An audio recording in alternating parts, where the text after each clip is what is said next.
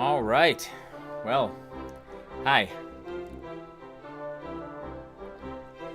I know it's Saturday, and in the past I've been trying to do my coffee times either on Tuesday or one of the weekdays, but just wanted to take a moment today to actually talk about something.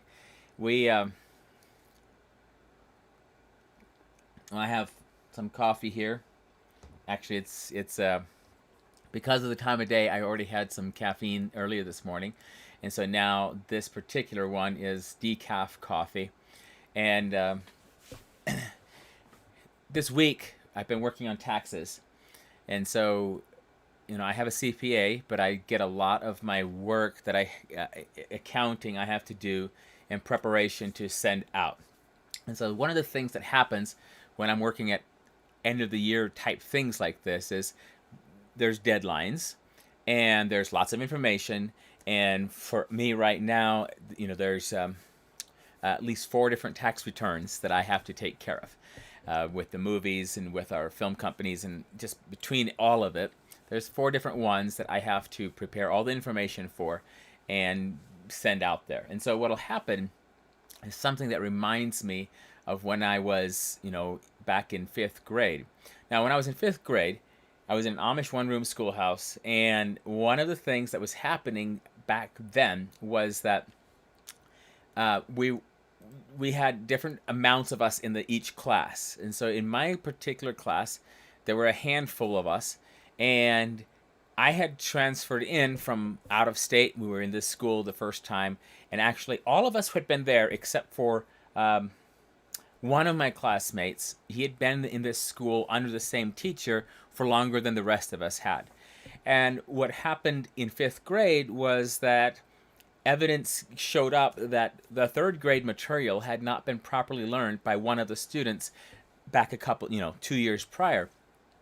And so rather than taking that one student and doing an intensive and saying, here is what you need to learn, the teacher chose to put all 4 of us back into from 5th grade back into 3rd grade for math. And so we're doing 3rd grade math. And we were doing big pages of 3rd grade math, and it was things that were really easy, things that I knew how to do. It was not hard, but it was unutterably boring. It was just so boring. And I remember as a 5th grader being there and really struggling with the fact that I'm being asked to do the same thing over and over and over again that I already know. It's not challenging. I'm not learning anything new. And I wasn't thinking of this at the time, but I was also not getting, I wasn't getting, I wasn't getting challenged, but I was going to be missing something from my 5th grade, right? Because this was going on for weeks, months even. I don't know how long. All I know is that it didn't take long for 5th grade me to get so utterly bored that it was time to do math. I didn't. I would doodle, I would scribble, I would do anything but the math. And then the odd thing about it was, at the end of the day, the teacher would look at our work that we'd turned in, and I hadn't turned in a math lesson for the day. And so he would say, all right, we're going to dismiss here in a few minutes, and Joseph will need to stay after school to finish his math. This happened a lot. So here's what would happen. We'd close our desks, put our our feet in the right position, our hands on top of our desks, and we'd all be sitting there. He would ring the bell, dismiss everyone except for me. They would all head home, and then I'd be like, okay, whatever, and I'd pull out my math paper, and I'd do it in like 5 minutes. Finish it, hand it in, go home. And most of the time, I would catch up with whoever was ahead of me, and I didn't stay after school for a long amount of time. I could do it really easily, but I just hated it. I wasn't learning anything. And the process, looking back now at it, I have boys, and when we're trying to train them for things, I really don't want to force them to walk through pages and pages of boredom. I want them to learn how to persevere. I want them to learn how to do things well, but I don't even, that fifth grade experience for me actually began, it affected me in a lot of other places, and I still fight it. So this week I felt a lot like fifth grade Joseph, and I was sitting here working through, I have all this work to do, and I know how to do it, but it doesn't make me come alive. Taxes, does anyone come alive? Well, it's not just taxes, it's accounting.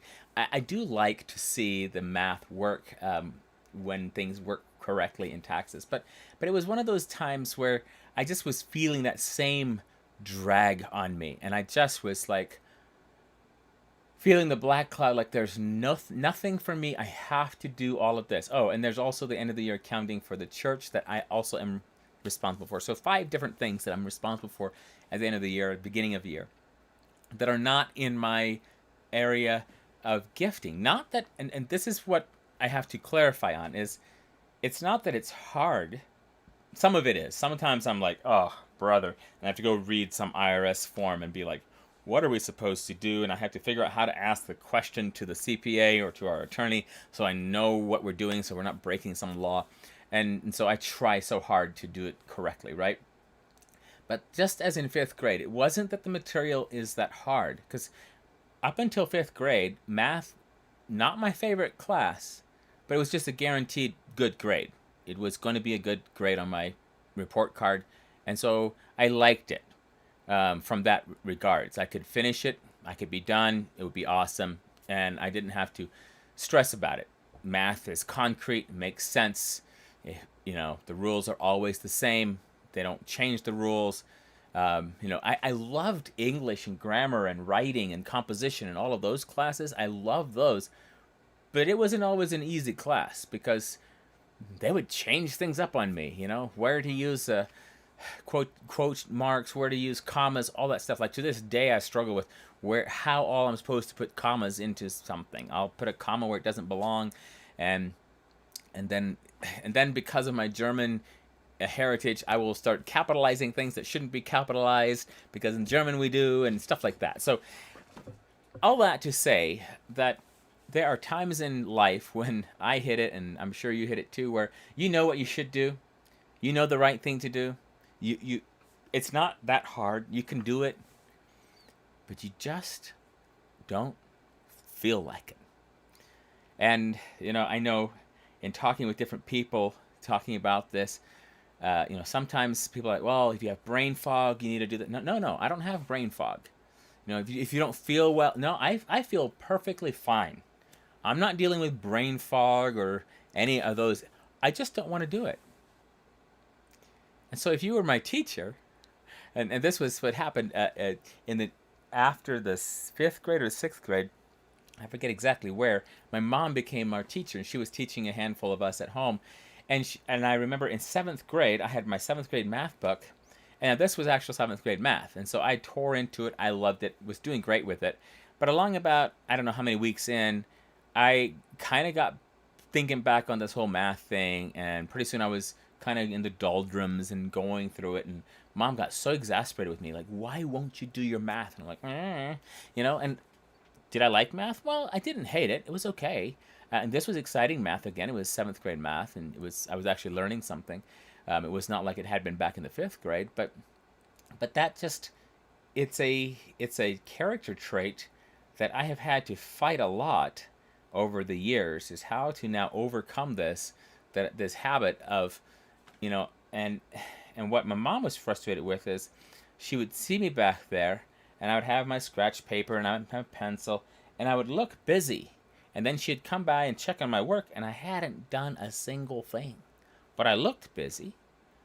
And so that sometimes happens now as an adult, where I'm sitting here and I'm at the desk and got all my paperwork and I'm doing all this stuff and got spreadsheets, and I look busy, but it's not always working. So I say all of that to say that there are times when we have to creatively think, and this is especially true when you're working for yourself. When you see yourself in a funk, there isn't a boss or anyone else to pull you out of it or to come and talk with you and to sort things out. You've got to figure it out. And so as a self-employed person, when I start seeing this lack of productivity and I start seeing myself in a funk, I have got to do something to get me out of it. And so this week there were several things. Like this morning, at the right after breakfast, I decided to do some projects around the house. I went and I took up Stacy. We had gotten some lamps for the bathroom, and we wanted to replace the old ones with the new ones. And there were some patches that needed to happen to the walls, and some wall switch plates and stuff that needed to be replaced because the old ones were just really grungy and painted and just not nice. And so we were replacing them with the new ones. So I just did a bunch of those things, hung a few pictures, did some stuff like that. And that really helped me gain traction and a different perspective. I just had to go do something different because it's Saturday. I still have to finish the work that I have to do this week. I wasn't completely done, so I still have some things to do. But that was one of the things I did. But something else happened this week several times that I just really recognize as being a powerful thing. And that is when I'm in a funk and I'm really stuck wanting to go through things, it's easy to either grab my phone or to get on the computer here and start like scrolling. And I'll be over here and I'm just start scrolling and scrolling and scrolling. And what I'm trying to do is and somehow I'm trying to make this become new inspiration, I guess, something to get me out of where I'm stuck and put me in a new track. And it's true that occasionally when you're over here, you might find something inspirational, but it doesn't actually, it's endless. The endless scrolling of social media, it just can be a real problem. And so I was thinking about this, and so several things happened this week. One is I had a friend text me and say, "Hey, can you go skiing?" And I was like, "Can I go skiing? I'm in the middle of all this work." And I thought, well, maybe I can. And so the day before I went skiing, I worked really hard. And then I even had some headaches and stuff this week at different times, but I knew I wanted to go skiing. And so I was working hard to try to get ready. And I got a lot of work done. And so this message from a friend said, can you go skiing? And I had tickets left over from last year. So Stacy and I actually went, and we went skiing. We had a really good day, and that was awesome. And then I came back into the office, and I remember the next day I'm thinking, all right, now what are we going to do? I've got so much work to do. I've got to keep this work up. And as I'm thinking about it and working at it, I get a message on here.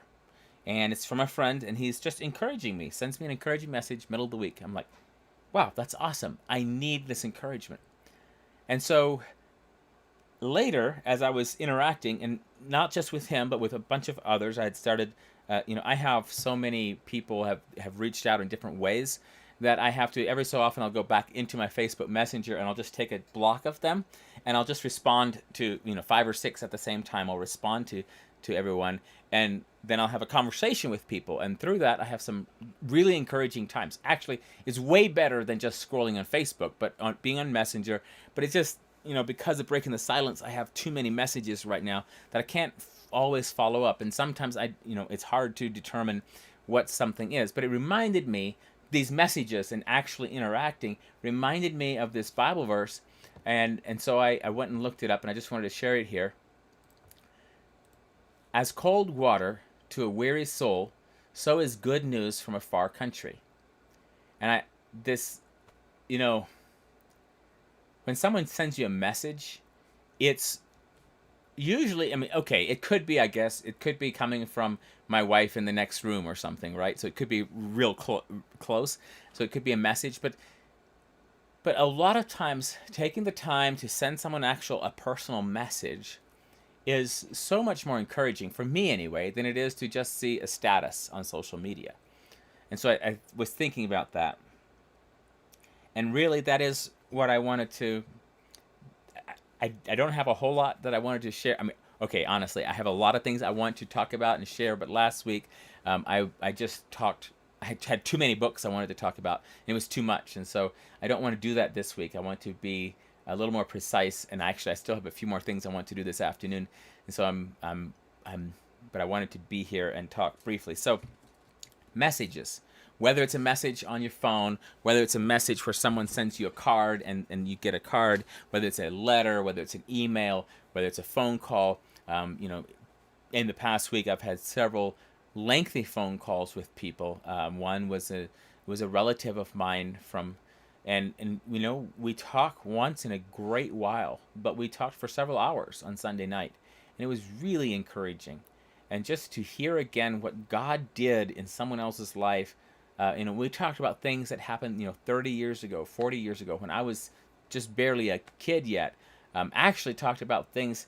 Um, he, this relative of mine remembered things about my dad when my dad was 5 years old, and so that's kind of cool. Like, that doesn't always happen. So I just was really contemplating the fog I'm walking in, and I don't mean like a mental fog. I just meant like the taxation fog, the all the jobs that have to be done, and it can be overwhelming at times. And so all of that happening, and then the discouragement, and then the tendency inside of me that if I don't really like what I'm doing, I'll just stop doing it, and I'll still be in the same, sitting at my desk, just doing the same things. And so for me, there's several things that can pop me out of that. And one is like what I did this morning, where I went and did something with my hands and replaced light fixtures and painted walls, and just did some. I still have a little bit of paint on my finger there. See, and so there's just a little bit of that can happen. And I like the fact that here at our house, I have some gardening things I can do. I have some stuff in the garage I can do. I have just around the house things. I have a lot, and then I'm really looking forward to here in the next month, as I'm writing more, reading and writing. I'm also going to pick up my brush again and do some more painting. I've been looking forward to that, some actual artistic painting. It's been a while since I've actually put paint on a canvas. I don't know exactly how long, but I'm looking forward to doing that. But in the middle of that, I just this thought that as cold water to a weary soul, so is good news from a far country. And I myself have experienced this. I have experienced what it feels like when someone else far away remembers me, sends me a message, and is encouraging, and it's a direct message to me. That's encouraging. That is like cold water, to a weary soul. And this week, there were several times I was a weary soul, and then I would get a message, and that was good. And so my thought was, it might be easier for me to post a status on social media. And it might be easier for me to catch up with a whole bunch of people on social media all at the same time, but it's probably actually worth a lot more if I get an individual message from someone, or if I send a message to someone. If I take the time to write out a letter, or type up an email, or send a quick note, or even if you send a voice, you can do that where you just send a quick voice recording. And those can be very powerful. And we're in a season in America where a lot of people have found themselves discouraged because of what's happening with COVID, with other things, where it seems that the forces that be are trying to force people to not see each other face to face, to not interact well. And this is actually, this is not new. Okay, so the COVID labeling and all that stuff is maybe new. But the war against communication is not new. This is something that since the beginning has been there. Like, if in the beginning Adam and Eve had felt, you know what, we do need to clarify what God did say and what he meant, they could have. They could have waited, they could have clarified. But instead, there were questions raised, and it seemed almost that even if they asked, God probably wouldn't actually tell them the truth. Would he have? Oh yes, God would have given them the truth. You read throughout Scripture and you see people hungering and thirsting for God and for his righteousness, and God reveals himself over and over again. But the enemy will come and will keep us from trying to communicate with God, and will keep us from trying to communicate with people. And the thing that we need the most is that communication. Like, that's one of the things I have learned, is there will be times when I'll start stressing, and I'll be like, what's going on? I've got so much, and I'll stop and be, wait a minute, what's happening? And a lot of times, at a time like that, if I haven't been in the Word of God for myself, that is what I will be experiencing. I will be feeling the fact that I'm separated from God, and I've not been in the Word. And so it's very important for me to be daily in the Word for myself, to actually be interacting with God, to be praying, to be asking about, what he has for me this day, to be able to ask him for the power of the Holy Spirit, to be able to receive his love flowing through me. And I have to. So that's one of the things. I really appreciate all the messages that God sends to me. But then I have this other thing where, I will, and this most likely happens to you, where you'll start wondering, why doesn't someone call me or text me? And then I'll think, they're in the same busy world that I am, and it's very possible that they are sitting over there wondering why I don't call or text them. And so I might as well make the move and send the, call or text. And so that's something I want to encourage us with. I don't, this is actually profound when you live it out, because connections with other people will really change your life. And if you're beginning to feel like you're all alone, all you need to do is reach out in a few directions and actually talk with a few people. Now, what I would guard against is thinking that there is one person out there, that if just this one person, if they would just take my call, or if I could just sit down for coffee with just this one, everything would be okay. No, there is no person on earth that is powerful enough to fix everything in any of our lives.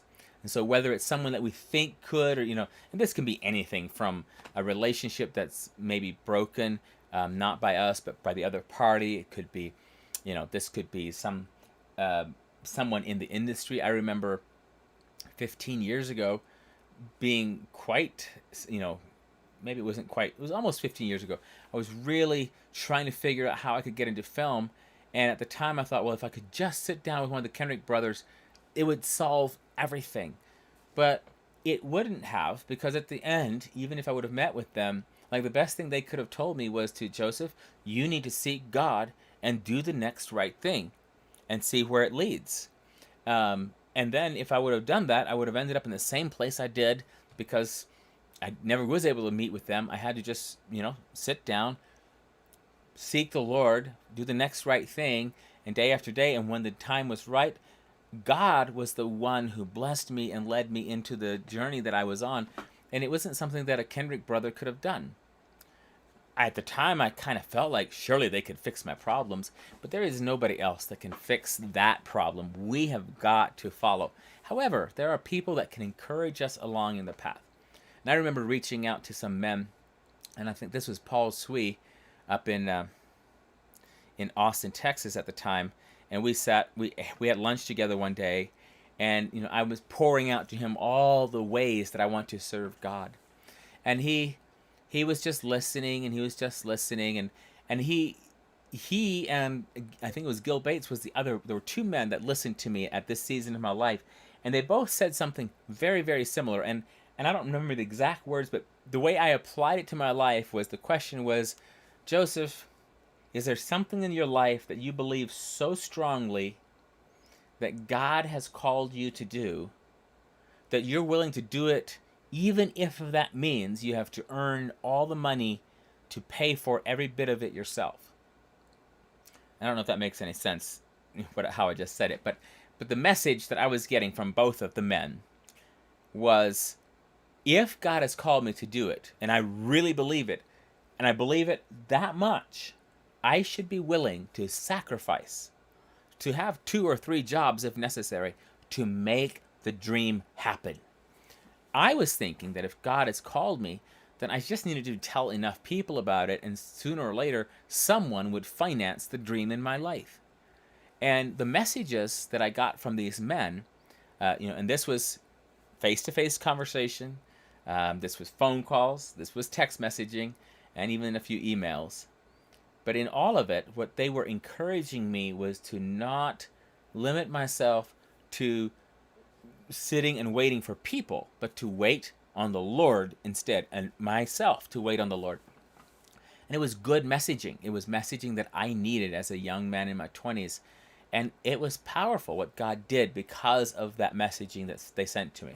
So I don't know what messaging you're getting or what you think you're looking for, but I just really encourage you, go reach out to someone And first of all, encourage someone else. And this was what I started saying a minute ago, is you might think it's this one person. If this one person would just connect with me, everything would be okay. Well, maybe, but there's a lot of people in your life, and I for one often overlook people. Some of the people that are closest to me, some of my actual family members or ministry, church people or others, where I am not even thinking about reaching out to them, but they are the ones that know me well enough that they can encourage me. And so I would encourage you, don't overlook everyone in the middle just because you're thinking there's that one person, but go ahead and reach out and send some messages and allow the messages to encourage you. So I called this one just simply messages. And part of what I meant by that is, we can broadcast words and inspirational things. We can broadcast it out to, say, different social media, and we can think, wow, I'm impacting, 150 people have seen this, or 2,000 people have seen this, or whatever the numbers are. We look at that and we're like, wow, I have such impact. Well, they might have just seen it like this, where they're watching it as it goes on by, and they're just looking at it like that, and they just barely read it, but it was long enough for Facebook or whatever to say that it was an impression and that we saw it. But when you send an individual message to someone and they respond, they saw it. And there's a much better chance that they will take it to heart, or that if someone sends you a message, that you will actually take it to heart, and it might actually change your life, and it could encourage you greatly. So that's my encouragement for you. Send out some messages, whether you're handwriting them, whether you're talking to someone face to face, but encourage others and reach out for encouragement that way. It was what I needed the most this week, was that kind of encouragement and interaction with other people, to be reminded that there is a bigger reason why I'm living and what I'm doing, and that God is still at work, and He is faithful, and He's been faithful in other people's lives even when I didn't know what was going on. And it's good. So instead of scrolling, send a direct message, text someone, call someone, and then just see what happens. That's my thought for today. So there you have it. And one more time, we have this verse: as cold water to a weary soul, so is good news from a far country. You might be the one sending that cold water to the weary soul, and that would be awesome. You might also be the one, like I was this week, who really needed the cold water. And I'm thankful that God sent a few people that sent me the cold water to my weary soul. And I'm looking forward to next week. I don't want to walk in weariness. I want to walk in the refreshing that is the fellowship of the Spirit. When other people who believe send me messages to encourage me in my faith, that's awesome. So let's pass it along, and I will see you next week.